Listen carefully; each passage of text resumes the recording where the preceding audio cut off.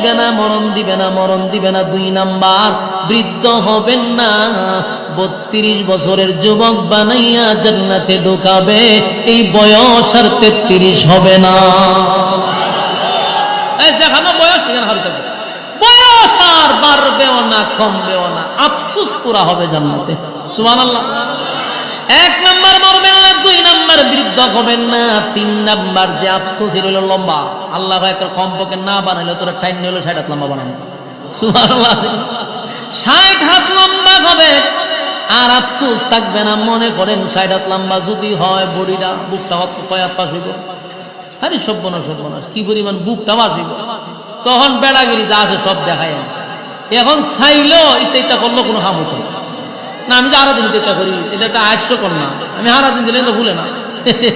মানে আফসোস থাকবে আর জান্নাত আল্লাহ ভাই এমনি দিলে একটা বার হয়ে যাবো। তখন সুবহানাল্লাহ বাড়ি কি হবে? জান্নাতের আলোচনা দিয়ে কান লাগায় শুনে আল্লাহ কয় কমপক্ষে 60 হাত লম্বা বানাবো। আর বলুন আফসোস পুরা হইব নি? দুনিয়াত না জান্নাত? জান্নাতে আফসোস পুরা করে দিবে কমপক্ষে 60 হাত লম্বা। এরপরে আসুন, যদি কালা হন তাহলে হারা জীবনে আফসোস করে, ঠিক নেই? কালা মানুষ সুন্দর হতে চায়, সুন্দর হইতে চায়। মা ব্রাহ্মণ বাড়িয়ার যত ক্রিম আছে সব মাইকে শেষ করছে, কিন্তু হতান পরে পরে একজনের সাথে শুনে দেখছেন কেটা বসা তান হ্যাঁ বুঝে যে কালা। আফসোস করে, আফসোস আমি যদি সুন্দর হইতাম। বলুন দোয়া কইরা কি সুন্দর হন যায়? মক্কা শরীফে দোয়া করলে সুন্দর হইবে? সুন্দর যদি হওয়া যাইতো দোয়া কইরা, তাহলে হাফসি বেলাল সুন্দর হয়ে যেত। আমার নবীর সাথে থাকতো গো, তাহলে তো নবীর দোয়া করলে বেলাল সুন্দর হয়ে যেত। তার মানে কালো মানুষ কোনোদিন সুন্দর হয় না। আফসোস থাকলো কোনোদিন পুরা হবে না। এই আফসোস পুরা করবে কোথায়? আল্লাহ বলেন প্রত্যেকটা জান্নাতীকে আমি ইউসুফ নবীর মতো সুন্দর বানায়া দিব। সুবহানাল্লাহ। জান্নাতীদেরকে আমি ইউসুফ নবীর মতো সুন্দর বানাইব, আর সুন্দরের আফসোস থাকবে না। সুবহানাল্লাহ। এরপরও আরো আফসোস আছে রে। মানুষ কণ্ঠের আফসোস করে, কথা বল না দিন। কণ্ঠ ভালো না থাকলেও কপালতা পায়। কণ্ঠের আফসোস আছে। দোয়া কইরা কি কণ্ঠ পাওয়া যায়? বলে আমি মক্কার ইমাম সাহেবের বাড়া করে নিয়ে দোয়া করাম, কণ্ঠ সুন্দরী পাও। আল্লাহ বলেন জান্নাতের ভিতরে আফসোস পড়া করব, দুনিয়াত না। জান্নাতের ভিতরে আমি দাউদ নবীর কণ্ঠ দিয়া দিব। আমার যুবক ভাইয়েরা, মানুষ যে আফসোস গুলা দুনিয়ায় করে, সব আফসোস আল্লাহ পূরণ করবে কোথায়? জান্নাতের ভিতরে সব আফসোস পুরা করবে। আরো আফসোস আছে রে। রাজত্ব চায়, ধন চায়, সম্পদ চায়, বাসাই চায়, ঠিক নেই? সবাই যদি মনে করে আমি এখন ডক্টর ইউনূস সময়টা কি সম্ভব? সবাই কি দেশের প্রেসিডেন্ট হওয়া সম্ভব? কিন্তু মনে মনে একটা আফসোস আছে। নেতা নেতা বাপ ধরত চায়, কিন্তু বলে না। আফসোস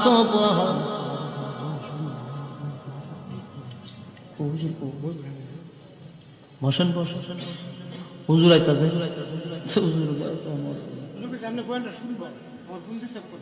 পালা হামেশা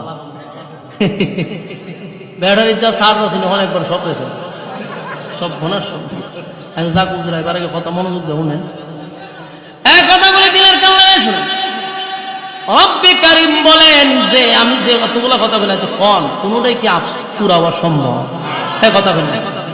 আপনারা যদি মনে করেন যে মক্কার সব ইমাম সাহেব আমি টেহা দিয়ে বাড়া করে হুজুর 1 মাস লাগাতে গেলে দোয়া করতে থাকেন, কোন কালো মানুষ কি সুন্দর হইব? হ্যাঁ, কণ্ঠ কি দাউদ নবীর মতো হইব? কোনটাই সম্ভব না। কিন্তু আফসোস করা হবে কোথায়? আল্লাহ রাব্বুল আলামিন বলেন জান্নাতের ভিতরে আমি আফসোস পুরা করে দিব। জান্নাতের ভিতরে আফসোস পুরা করব। যুবক ভাইরা আমার, এরপর হইল রাজত্ব। সবাই বাদশাহ হইতে চায়, সবাই কি সম্ভব? সবাই সম্ভব না। তেরা বাদশাহী কেটা দিব? আল্লাহ চাইলেও সম্ভব না। জান্নাতের ভিতরে একটা নিম্ন স্থলের জান্নাতিরও আমি 10টা পৃথিবীর সমান একটা রাজত্ব দিব। সুবহানাল্লাহ বাড়ি দিয়া বলি। আল্লাহ সর্বনিম্ন 10টা পৃথিবীর সমান জান্নাত দিবে। সুবহানাল্লাহ।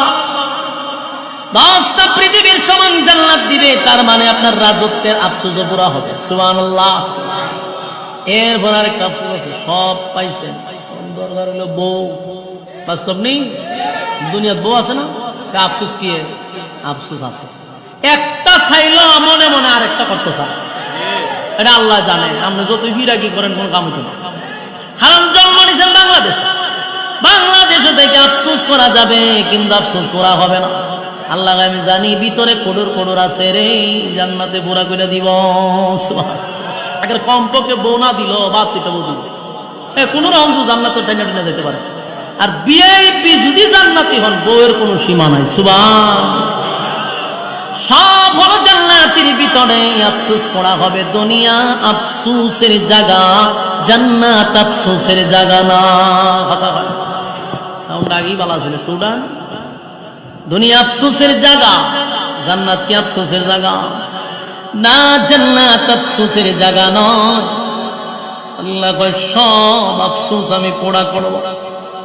এবার জান্নাতীদেরকে বলেন, এই জান্নাতীরা এতগুলা নিয়ামত দিলাম, এবার তোমরা চলো তোমাদের মেইন জায়গায়, যেই জান্নাতের জন্য এত আশা আকাঙ্ক্ষা, এত কিছু করলাম, সেই জান্নাতে তাদেরকে স্লোগান দিতে দিতে নিবে। জোরে কোন সুবহানাল্লাহ। وسيق الذين اتقوا ربهم إلى الجنة زمرا حتى إذا جاءوها وفتحت أبوابها وقال لهم خزنتها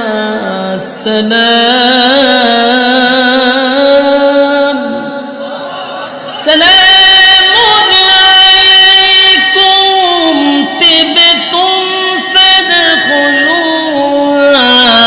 خالدين.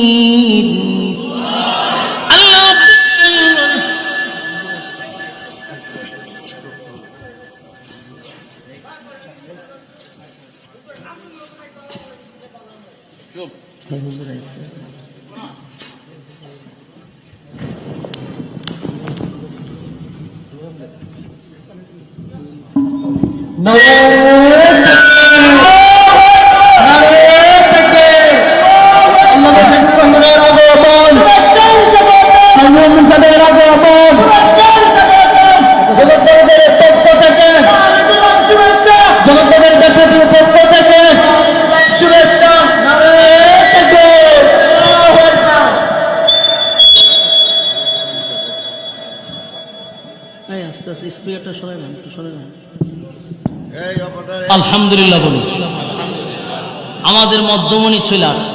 আগেই বলছি, উস্তাদদের কাছে ছাত্ররা কি কথা পাওয়া সম্ভব? কম। হাজার হাজার আলেমদের উস্তাদ। আর ব্রাহ্মণবাড়িয়ার আমাদের শুধু ব্রাহ্মণবাড়ি না, গোটা বাংলাদেশের সমস্ত আলেমদের মাথার মুকুট, মাথার তাজ। এবং আমরা অত্যন্ত গর্বিত যে আমরা আপনাদের জন্য সুখবর যে আপনারা ব্রাহ্মণবাড়িয়াতে এত বড় একজন রাহবার পাইছেন। সারা বাংলাদেশে আমরা জানি যে হুজুরের একটা কথা অথবা একটা বাক্য এর মূল্যায়ন আছে না নাই? একেবারে নিম্ন থেকে নিয়ে উপর পর্যন্ত। এটা আমি বুঝতে পারছি আমার মাহফিলের সময়। হুজুরের কথার কত দাম এবং কত ওজন, এটা যখন দ্বিতীয়বার মাহফিলটা আবার করানো হয়েছে।